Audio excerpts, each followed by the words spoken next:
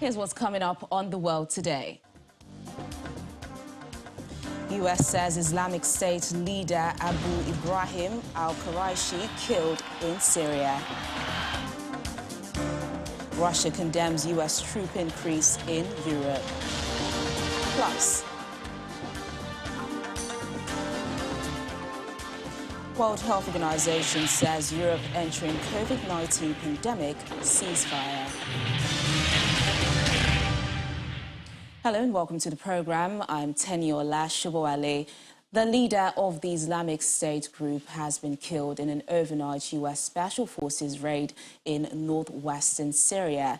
According to U.S. officials, Abu Ibrahim al-Hashimi al-Quraishi detonated a bomb that killed him and members of his own family. Syrian first responders said they found the bodies of 13 people after the raid. Several U.S. helicopters reportedly landed on the outskirts of the opposition-held town of Atmer, which is in northern Idlib province and is close to the border with Turkey, around midnight. Well, to the conflict in Ukraine, Russia has condemned a U.S. decision to send extra troops to Europe to support its allies amid continuing fears of a Russian invasion of Ukraine.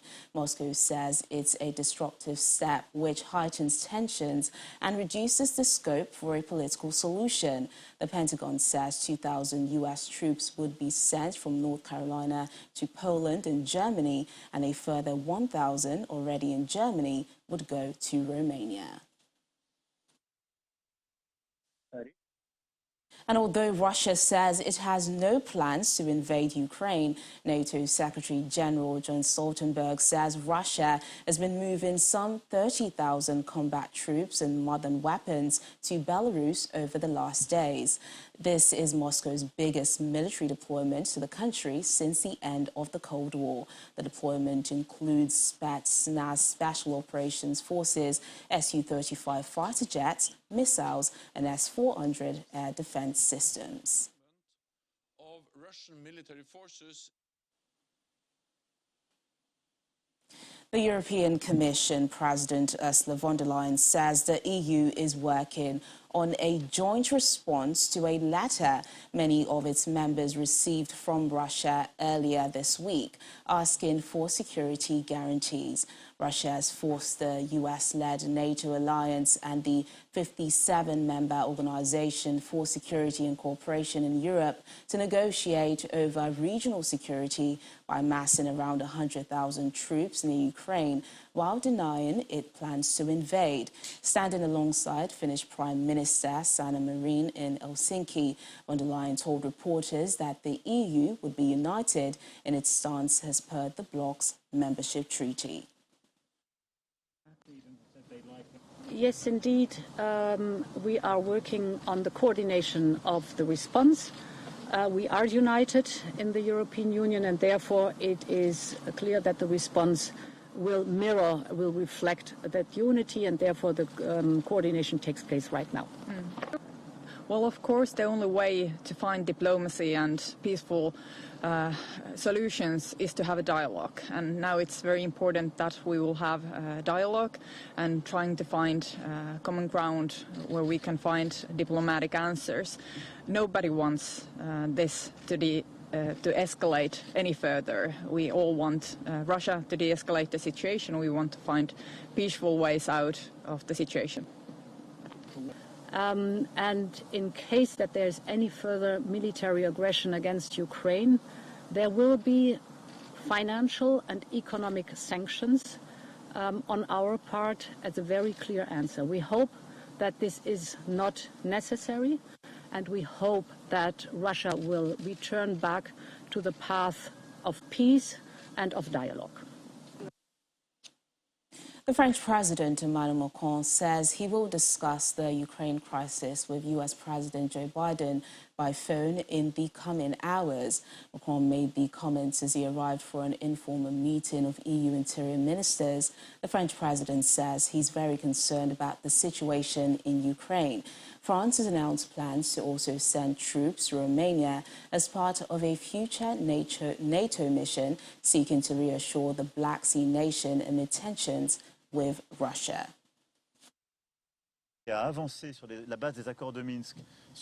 Defense Minister Anita Anand has urged Russia to de-escalate tensions at the Ukraine border during a visit to Riga. At a joint news conference with her Latvian counterpart, Artis Bapariks, Anand warned Russia would face severe economic sanctions if it did not negotiate to calm the situation. Both defense ministers expressed concern about the influx of Russian troops in Belarus, Latvia's neighbor. At the current time, Russia has a choice. It can choose to negotiate and de-escalate, or it will face severe economic sanctions. That is the choice on the table, and we hope very much that that will be the result of this very concerning situation. The rules-based international order has kept Canadians safe for over numerous decades, and I will say that Canada will continue to do its part to defend these rules. The purpose of my trip is to reiterate this very point, and in particular, NATO's eastern flank is extremely important to Canada, to the international rules-based order, and of course, to the NATO alliance. According to our analysis, Belarus seems to exist as an independent country, particularly from the military perspective. And of course, we are concerned by at least two things in Belarus. First, ongoing hybrid migrant attacks on our border, which we control, but still it is not a pleasant thing from the neighboring country. And secondly, of course, the increased buildup of Russian troop presence in Belarusian territory, which is now represented by a lot of different kind of equipment and more than 30,000 people of Russian army. And history shows if Russians are somewhere in, they are usually hesitant to leave. So we have to basically plan our security and defense of future, take into account these facts.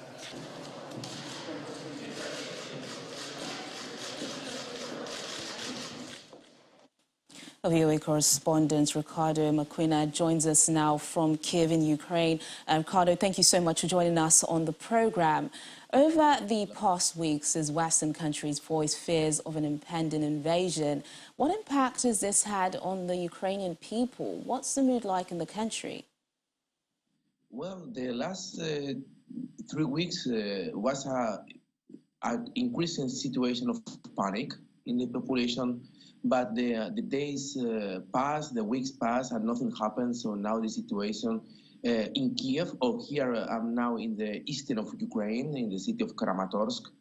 Here the city, the population is very calm. There are not panic at all. Life continues as usual. We must understand that there is a war going on from 2015, so it's become something normal for them. But right now, here in the ground, they are not panic at all. Well, in light of the recent announcement of U.S. deploying troops to Europe, what's the significance of this in Ukraine? Has this helped in creating more of a sense of safety? I don't think so. The movement of NATO is people, population and government saw this as something that is in the NATO country. Ukraine is not a NATO country. So the question here, the Ukrainian government asked to be included in the NATO family. So Ukraine want to be a member. But this is not happening. We have not a clear answer yet when it will be happen. If someday it finally happens. So what is doing now NATO with more troops in countries as Romania or Bulgaria is nothing. Have not implications here in the country.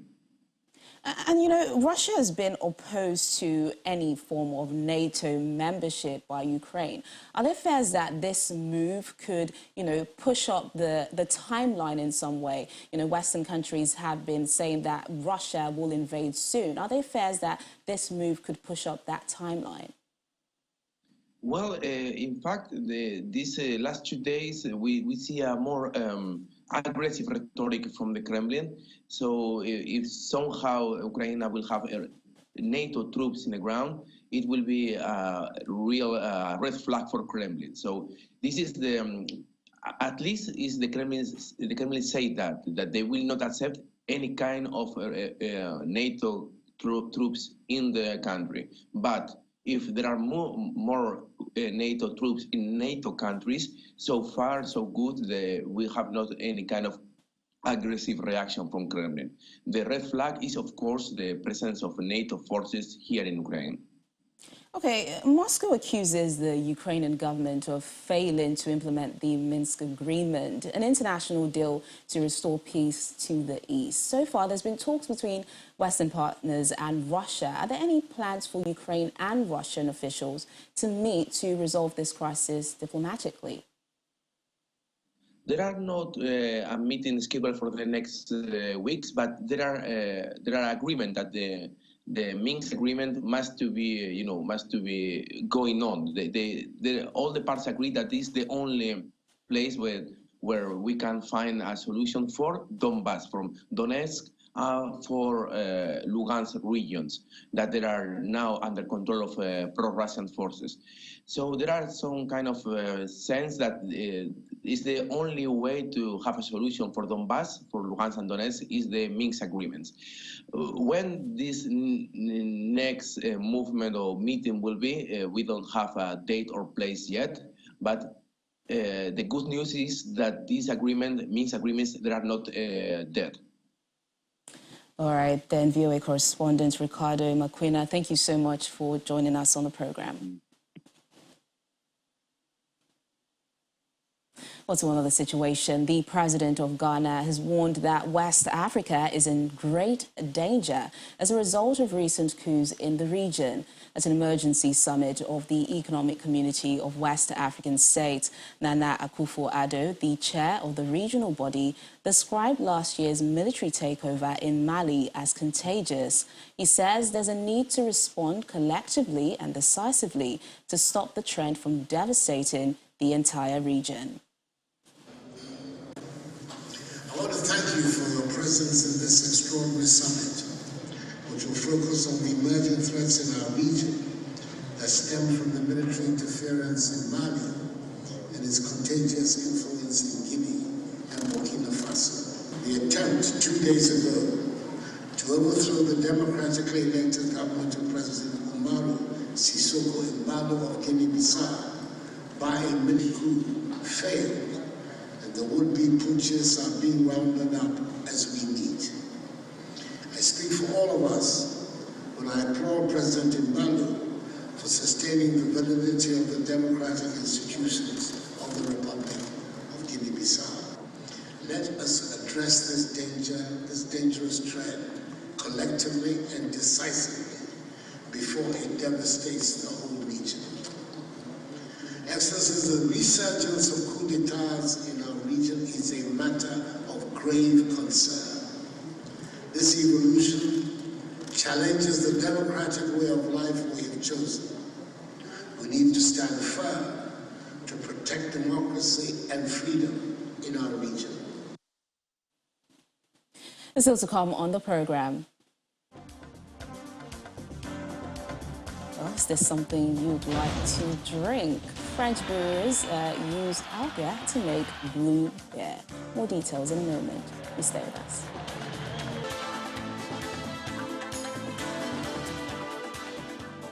Thanks for staying with us. To the COVID-19 pandemic now, the World Health Organization's Europe director says the continent could soon enter a long period of tranquility in the COVID-19 pandemic.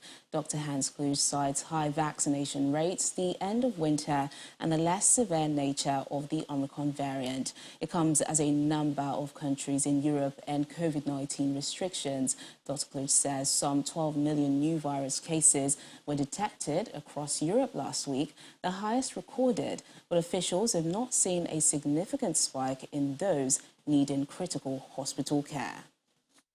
A favor from Associated Press as well. I wish to reiterate the firm call I made last week, which is indeed referring to a plausible endgame for the pandemic.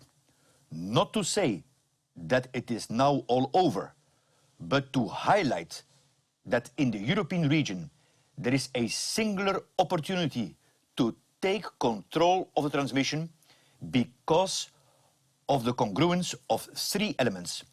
First, a large capital of vaccine-derived and natural immunity by Omicron. Second, a favorable seasonality pause as we move out of the winter. And third, a lower severity of the Omicron variant, now well established.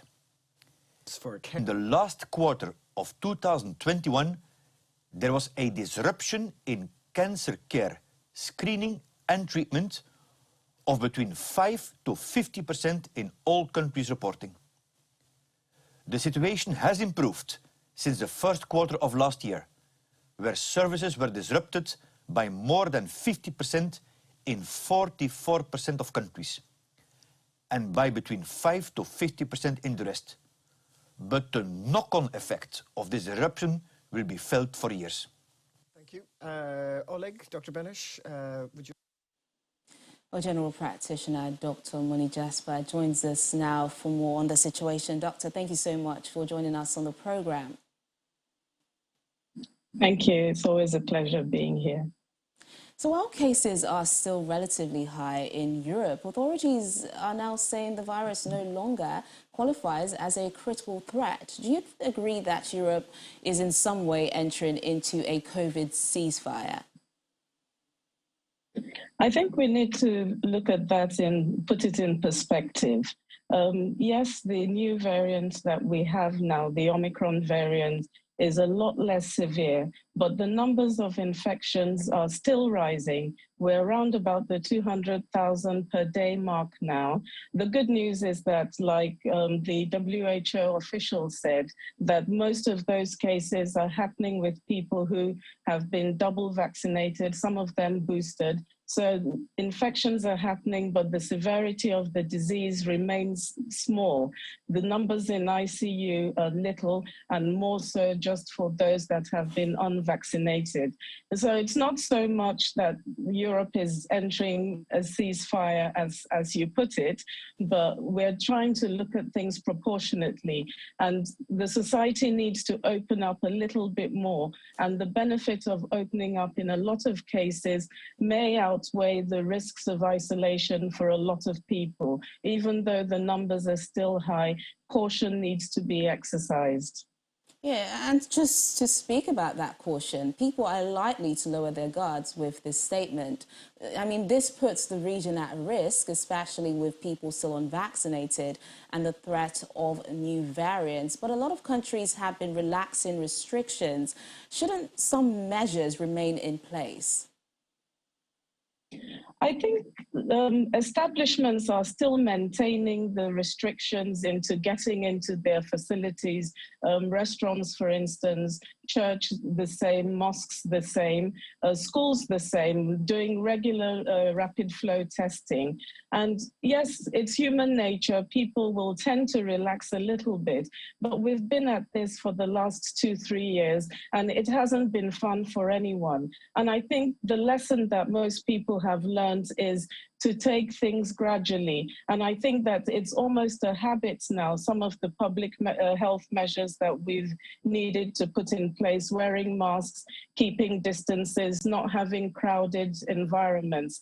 And I think people, especially if they've suffered in one way or the other, directly or indirectly from this pandemic, will be very reluctant to go back to what used to be the normal 3 years ago. We might go into what you might term a new normal, but I think the majority of people are still going to be very mindful.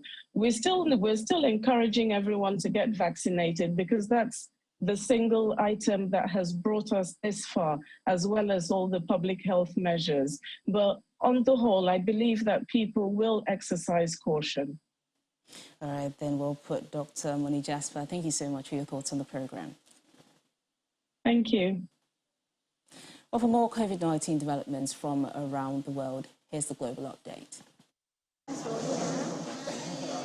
Malaysia on Thursday kicked off a COVID-19 mass vaccination program for children aged between 5 and 11 in a bid to protect some of the youngest members of its population. I think it's a great move to get the kids that have not been vaccinated up until now to undergo this vaccination process, because it is good for them in order for them to be protected against the COVID-19 virus, and in doing so, it is also protecting the public at large. So it's a good thing. About 517,000 children have been registered to take the Pfizer-BioNTech vaccine as of Wednesday, according to local media, which quoted Health Minister Khairy Jamaluddin. Malaysia Health Ministry says in the past 6 months, 147,282 children aged between 5 to 12 have contracted COVID-19, while the total number of deaths across all ages was 26. Today I want to talk about the next set of changes. New Zealand has announced a phased reopening of its border that has been largely closed for 2 years due to the coronavirus pandemic, as the government has tried to keep the coronavirus out. Prime Minister Jacinda Ardern says vaccinated New Zealanders in Australia can travel home from February the 27th without requiring to isolate at state quarantine facilities, while New Zealand citizens in the rest of the world will be able to do so 2 weeks later. Today I'm announcing that the fully vaccinated Kiwis and other currently eligible travellers from Australia will be able to travel to New Zealand from 11:59 p.m. Sunday, 27 February. And instead of going into MIQ, will be able to self-isolate. And step 2, just 2 weeks later, fully vaccinated New Zealanders and other currently eligible travellers from the rest of the world will also be able to travel into New Zealand without going through MIQ. Tourists from Australia and other visa-free countries will not be allowed to enter until July, and travellers from the rest of the world will be kept out until October under the plan, which will also require them to self-isolate on arrival. And our French brewers started using alga with a naturally occurring pigment to turn their beer blue. The beer called Lime is the result of a tie-up between a firm that wants to popularize the alga as a dietary supplement and a nearby craft brewery that is looking for a way to make its beverages more distinctive. Lime beer's blue tint comes from spirulina, an alga that is grown in basins by a company in northern France. A component of spirulina that gives the blue color is then added to the beer during the brewing process.